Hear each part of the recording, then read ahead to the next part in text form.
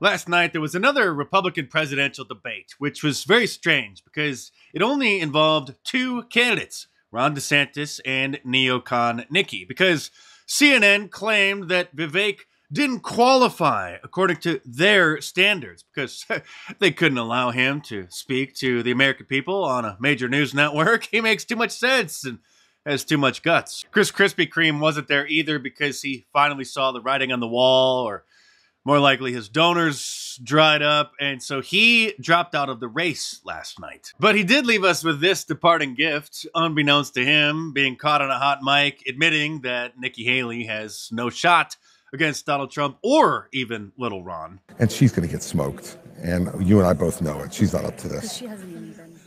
She's still 20 points. Oh, and this goes without saying, Donald Trump qualified for the debate, but he has better things to do than waste his time talking to a couple of people who have zero chance actually winning the Republican primary, and I believe are polling about 50 points below him. No, 50 points. So it's not like either of these clowns are 15, 10 points behind Donald Trump. They are 50 points behind. It was mostly an uneventful debate because at this point, neither of these two are even campaigning for VP because it's highly unlikely that Donald Trump picks either of them. But they both did get a couple good jabs in at each other. Here's one from Ron. And I think the difference between Nikki Haley and me, I listened to all that litany of stuff. I debated the governor of California, Gavin Newsom. I thought he lied a lot. Man, Nikki Haley gives him a run for his money, and she may even be more liberal than Gavin Newsom is.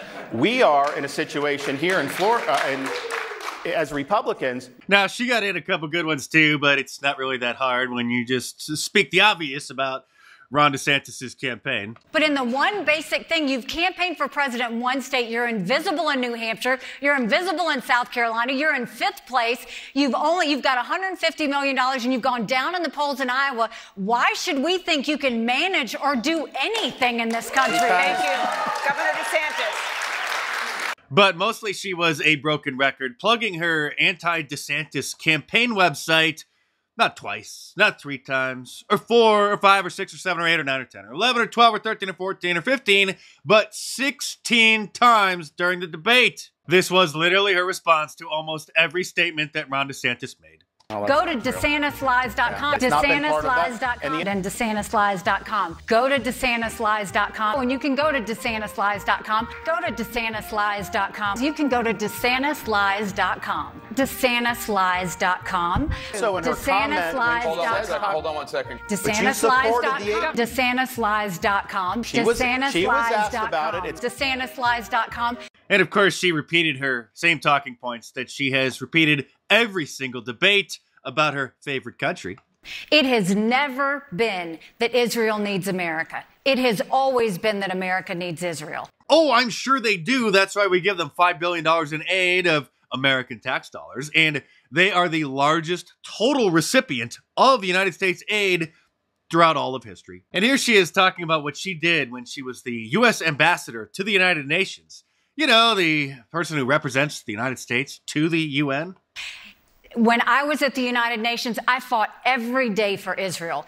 And if you would have listened to what I said at the United... Well, that's interesting because you were supposed to be the ambassador to the United States fighting every day on behalf of America. And Ron DeSantis had a very interesting answer about the latest conflict in the region, in the 75-year-old ongoing land dispute between the Israelis and the Palestinians. Do you support the mass removal of Palestinians from Gaza? So as president, I am not going to tell them to do that. I think there's a lot of issues with that. Of course there are, because then you're going to flood Europe and the United States with, well, a bunch of refugees who don't exactly like our way of life here. But if they make the calculation that to avert a second Holocaust, they need to do that, I think some of these Palestinian Arabs, Saudi Arabia should take some. Thank you.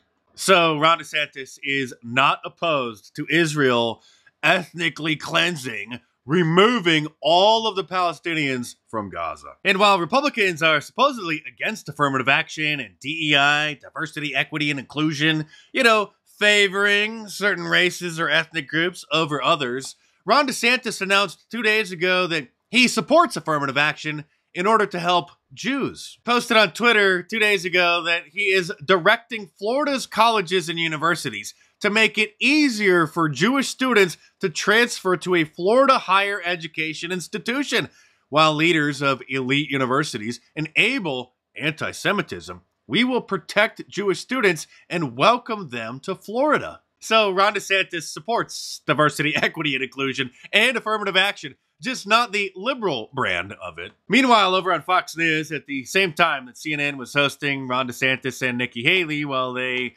pretended that they have a chance at actually becoming the Republican nominee, Donald Trump was engaged in a town hall in Iowa. We have millions and millions of people here. It is not sustainable. Talking about the illegal aliens. You see in New York City where they're getting the regular students out and they're putting migrants in their place? In the school, they've kicked out 2,000 students in Brooklyn in order to house the illegal aliens. We are going to have the largest deportation effort in the history of our country. We're bringing everybody back to where they came from. We have no choice. We have no choice. But the Democrat mayor of New York, Eric Adams, has another supposed solution to the problem. It is my vision to take the next step to this, to go to the faith-based locales. He wants churches to take in all of the illegals since there's no more room in any of the hotels that the government commandeers and pays the rooms for to house these people. So then the next step is get a load of this. And then move to private residence. There are residents who are suffering right now because of economic challenges.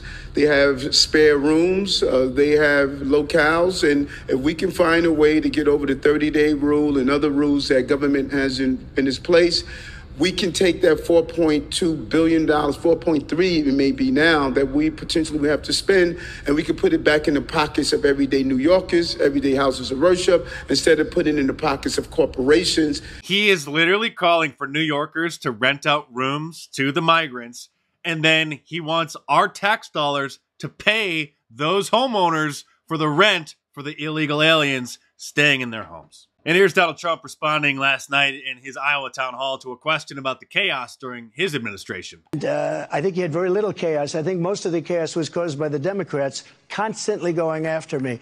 And remember this. Remember that with phony, Russia, Russia, Russia. I mean, if you look at Ukraine, Ukraine, Ukraine, everything was phony. The FISA warrants, the lying to Congress. They had chaos. They were the ones that caused the chaos. We didn't have chaos. We got the biggest tax cuts in history, the biggest regulation cuts in history. I had no wars. I'm the only president in 72 years. I didn't have any wars. And now this man is in charge of the country. Mr.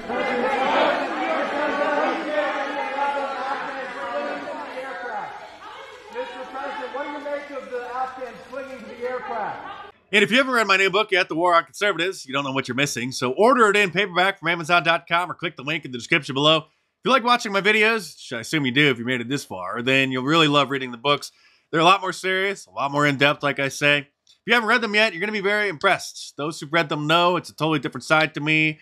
Behind the jokes and the sarcasm, I am a very serious person, actually. So order The War on Conservatives in paperback from Amazon.com or click the link in the description below and check it out.